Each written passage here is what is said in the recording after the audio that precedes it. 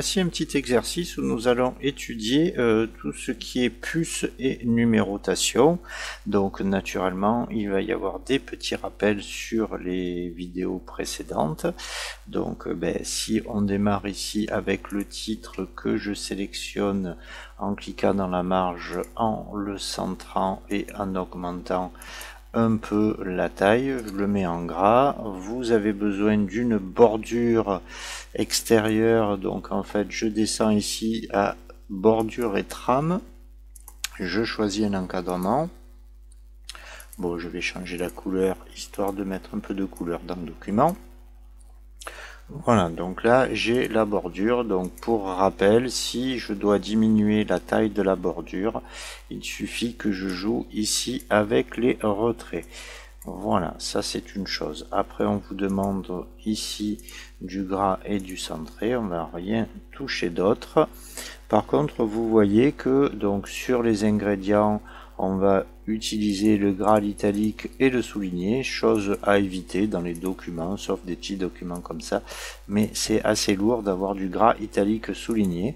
Donc là, en fait, vous voyez que l'ensemble de ces éléments donc ont été tapés, et là, j'ai besoin de rajouter des puces. Donc dans un premier temps, on va faire des puces standards. Donc pour faire les puces, dans l'onglet accueil, vous venez ici, et vous voyez donc la puce qui est demandée. Donc voilà, je clique dessus, la puce est mise partout. Si vous avez besoin de décaler la totalité des éléments, donc si vous regardez dans la règle, vous avez ici les retraits qui sont légèrement décalés. Alors le retrait de première ligne correspond à l'emplacement de la puce, et le retrait de toutes les lignes, c'est-à-dire le triangle qui pointe vers le haut, le retrait négatif ici, correspond au texte. Donc si vous voulez déplacer la totalité des éléments, vous attrapez le carré, ce qui a pour effet de déplacer la totalité des éléments, et là vous lâchez à l'endroit où vous le souhaitez. Donc on va refaire la même chose dessous en utilisant une autre puce. Donc je resélectionne les éléments, donc là la frappe a été faite au kilomètre, et après je mets par exemple une puce sous forme de carré, et de la même manière ici, si je resélectionne, je vois le décalage, donc je peux venir ici m'aligner sur les ingrédients pour avoir les ingrédients de la pâte. Si finalement vous voulez que les puces soient identiques, donc la puce est un format de paragraphe, donc je clique dans un des éléments de la liste précédente, je clique sur reproduire la mise en forme, et ici je peux me permettre de sélectionner la totalité des éléments, et là vous voyez que tout est revenu comme à l'identique sur la première série. Donc ça c'est une chose, mais on va voir aussi quelque chose qui peut servir, c'est-à-dire la personnalisation des puces. Donc pour personnaliser une puce, donc là je vais prendre un seul élément, je vais venir ici donc sur les puces, donc vous voyez qu'ici il y en a déjà qui ont été personnalisées. Pour personnaliser une puce, je descends à définir une puce. Donc on va pas utiliser la police, mais on va utiliser les symboles. Donc dans les symboles, vous avez plusieurs polices qui comportent des symboles. Vous avez la police symbole qui s'appelle bien symbole pour le nom qu'elle a. Vous avez vers le bas la police Wingdings, donc vous avez 3 séries de police Wingdings. Vous avez aussi la police Webdings qui comporte des éléments encore plus compliqués. Donc est-ce qu'on va pouvoir trouver quelque chose là-dedans? On va mettre le petit alien par exemple. Donc là je valide, donc là vous voyez que la puce va devenir le petit alien, et si vous voulez changer la couleur de la puce, c'est là que vous allez aller ici dans police, et vous allez changer la couleur de la police. On va le mettre en vert par exemple, puisque c'est les petits tomes verts. Donc je valide, donc là vous voyez que ça a été récapitulé sur la totalité des puces, puisque c'est les puces que j'avais appliquées une fois sur la totalité, la deuxième fois grâce à l'outil reproduire la mise en forme. Donc vous pouvez créer autant de puces personnalisées que vous le souhaitez. Si sur cette série par exemple je veux maintenant changer la puce et mettre celle-ci, voilà, donc après il y a les retraits qui peuvent changer, donc je peux de nouveau décaler les retraits histoire de les aligner avec les puces précédentes. Donc ça c'était pour la personnalisation des puces. Donc dans la deuxième partie ici, alors ce qui a été fait, c'est non pas de numéroter de manière automatique, mais de numéroter en mettant un chiffre plus un point. Alors pour information, si vous commencez une numérotation comme ça à la main, Word va automatiquement corriger et mettre une numérotation automatique. Mais alors pourquoi je fais ça? Déjà pour vous montrer une petite chose, ce qu'on appelle le glisser-déposer. Donc là vous voyez que les éléments ne sont pas dans le bon sens. Alors les numéros correspondent bien aux différentes étapes. Donc première étape, comment je fais pour ranger? Alors il y a deux manières. Je vais sélectionner les éléments donc 1 et 2 que je dois déplacer au-dessus du 6 si j'ai envie de les ranger. Donc je les sélectionne, je clique dessus, je maintiens, et là vous voyez une petite barre qui s'affiche. Lorsque je lâche ma souris, les éléments sont déplacés. Ça correspond à du couper-coller. Donc le 3 qui est en bas, je l'attrape, je le sélectionne, je clique dans le bleu et je mets comme précédemment devant le 6. Bon, je pourrais répéter l'opération comme ça.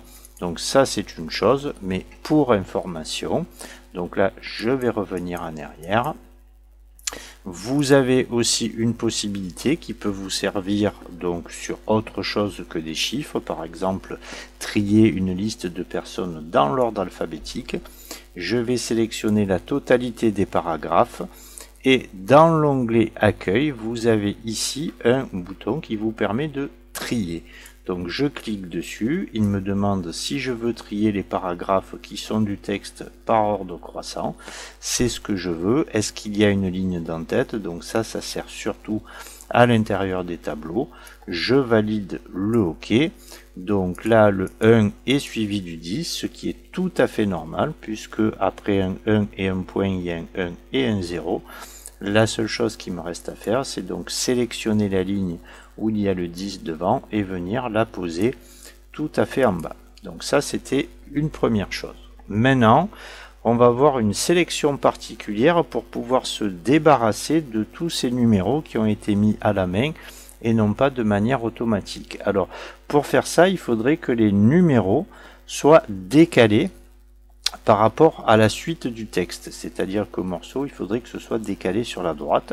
Donc je vais faire ça sur la totalité des éléments et là vous allez utiliser un truc qui est assez rarement utilisé, c'est le retrait négatif, c'est-à-dire le triangle du bas que je vais décaler pour le positionner devant la première lettre de chaque ligne.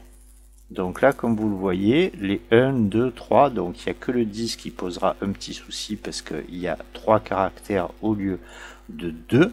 Et maintenant, on va faire une sélection un peu particulière. Donc je vais cliquer devant le 1. Je vais appuyer et maintenir la touche Alt. Et avec le clic gauche de la souris, je vais ouvrir une petite fenêtre comme vous le feriez pour sélectionner plusieurs fichiers. Donc j'ai fait une sélection verticale et une fois que j'appuie sur la touche Sup, je me débarrasse de tous les numéros qui ont été tapés alors que ça n'aurait pas dû être. Donc là, pour la dernière ligne, je supprime ce qui reste et on va revoir un petit raccourci pour me débarrasser de ce retrait négatif. Donc plutôt que de le faire directement dans la règle, je fais un CTRL Q. Ça permet de tout remettre à zéro, tout ce qui est retrait, éventuellement les alignements. Et une fois que vous avez fait ça, on va donc numéroter normalement cette série de paragraphes. Donc je sélectionne maintenant les différents paragraphes. Donc les puces étaient à gauche, au milieu ici, vous avez ce qu'on appelle la numérotation. Et donc je vais récupérer une numérotation comme il y avait auparavant. Voilà, je clique, tout est numéroté. L'avantage de faire ça, c'est que si vous avez oublié une étape entre la 4 et la 5, si vous mettez au bout de la ligne qui comporte le numéro 4 et que vous appuyez sur Entrée, vous allez pouvoir ajouter une étape, elle est renumérotée, et dessous tout est renuméroté aussi. Les étapes précédentes où les numéros avaient été tapés à la main, il aurait fallu changer tous les numéros qui étaient derrière. Voilà, donc ça c'est un petit truc. Donc les puces, vous les avez ici dans le groupe paragraphe ici, et la numérotation vous l'avez ici. Alors, tout comme on a personnalisé les puces, on peut aussi personnaliser la numérotation. Donc là on va rajouter un petit terme devant. Donc là vous voyez qu'il y a vidéo déjà par exemple. Je vais venir ici en faisant définir un nouveau format de numérotation. Alors vous voyez que ce qui est affiché ici est représenté avec un 1 grisé, c'est-à-dire ça c'est le numéro que lui va mettre, et le petit point qui va derrière. Si vous voulez rajouter quelque chose, par exemple le terme étape, vous pouvez le taper, et à la place du point tout seul, je vais mettre un espace et un 2 points, et donc ma numérotation va se faire comme ça. Bon, ça va prendre un peu plus de place, et éventuellement là, ce qu'on va pouvoir faire, c'est de corriger ici les alignements pour que le terme étape soit à l'extérieur. Donc on va plutôt faire dans ce sens, voilà. Il n'y a que celui-là, toujours pareil, c'est parce que le 10 nous pose un souci. Donc on va décaler encore un peu légèrement.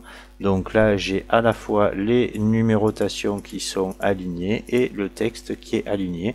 Donc ça dépend un peu du texte que vous allez rajouter, mais pensez par exemple à faire quelque chose d'un peu sympa comme ça, donc pour avoir tout bien défini et tout aligné. Donc il nous manque juste un petit truc. Entre les ingrédients et les étapes, il y avait un trait, donc ça c'est tout simple. Je me mets sur la ligne qui est ici, et c'est ce qu'on appelle une bordure supérieure. Donc vu que la bordure ici a été faite en orange, la bordure qui arrive ici est aussi en orange. Voilà.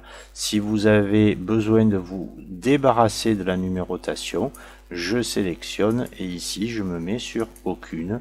Et éventuellement je reprends la numérotation qui était au départ, et il n'y a rien qui change, rien n'est déplacé. L'avantage, je le répète, c'est que lorsque je veux rajouter une étape, la numérotation se refait.